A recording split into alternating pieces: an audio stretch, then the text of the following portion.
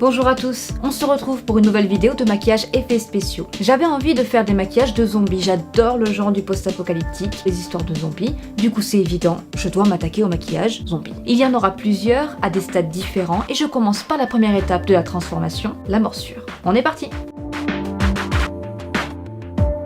Pour réaliser cette vidéo, vous aurez besoin de latex liquide, de coton-tige, de cure-dent, de faux sang, d'ombre à paupières ou maquillage peinture noir, mauve, bleu et jaune, de pinceau, de lait démaquillant pour les ratés éventuels, d'un fond de teint que j'ai oublié de mentionner plus tôt et d'un sèche-cheveux pour les impatients et les impatientes.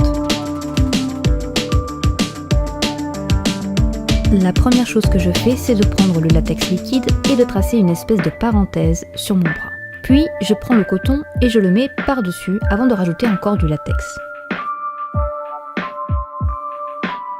Et je reproduis la même étape en face. Dès cette étape, je commence à dessiner les traces dedans avant que le latex ne sèche et que donc je ne puisse plus rien modifier.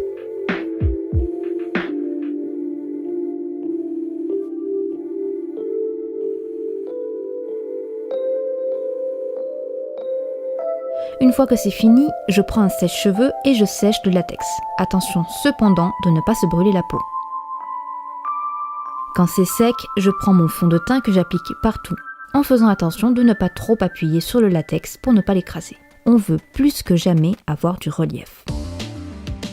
Je continue en mettant du noir à l'aide d'un pinceau fin à l'intérieur des morsures pour créer de la profondeur.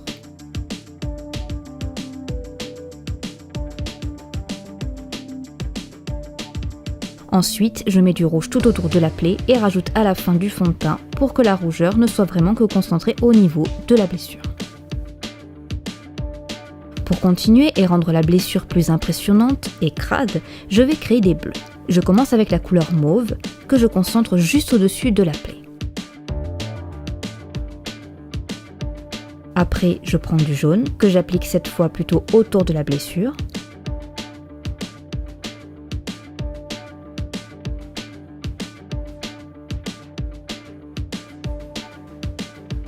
Et je reviens en force avec du bleu, puis du violet pour créer des veines. Vous pouvez aussi en rajouter à la fin du maquillage. Je mets une première couche de faux sang à l'intérieur des morsures. Ça commence vraiment à prendre forme. Puis je rajoute un peu de blanc, avec parcimonie, et du jaune à nouveau. On dirait que la plaie suinte un peu, c'est délicieux. C'est presque fini, il ne manque plus que la dernière couche de faux sang et là, je me fais plaisir et j'en mets autant que j'en ai envie.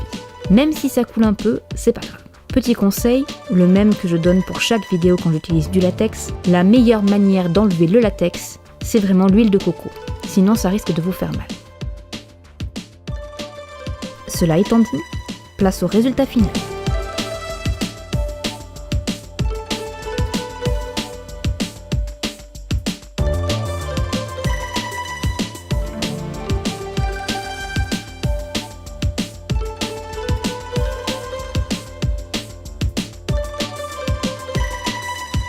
Et voilà, c'est la fin de cette vidéo de make-up effets spéciaux zombies. J'espère que vous l'avez apprécié, il y en aura d'autres. Donc n'hésitez pas à vous abonner à la chaîne et on se retrouve très vite.